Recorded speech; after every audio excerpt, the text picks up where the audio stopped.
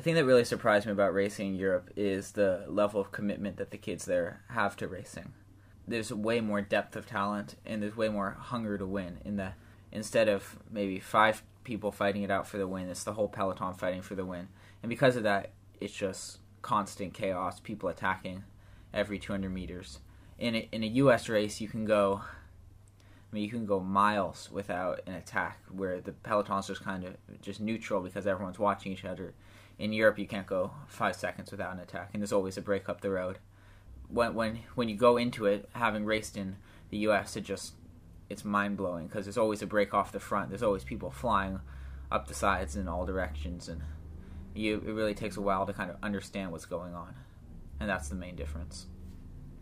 It's a really great experience staying at the USAC house in Sittard. In a way, you can anyone can really go to Belgium and race there, and you'll still learn the lessons about the racing. But what USAC teaches you is beyond the racing. They teach you about life as a professional cyclist and just how you have to act, how you have to present yourself to be a professional cyclist. And so you learn a lot more than just tactics and strength and the stuff that comes with racing. You learn a lot about how you should be off the bike. So promptness and respect and diligence, and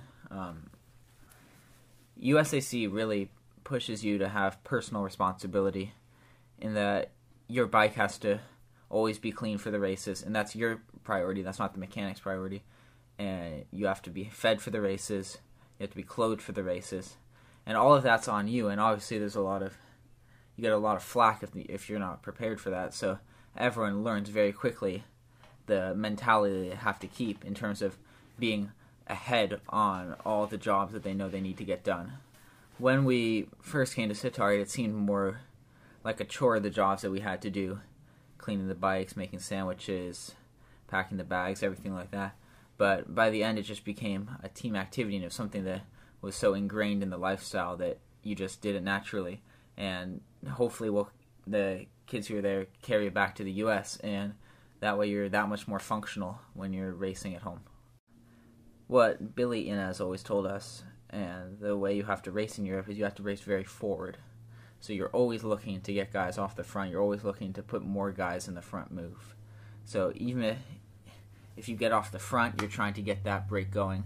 And if you're in the back, behind the break, you're always trying to bridge up, even if that means that you close the gap a little bit, because you want to get more people in that front move.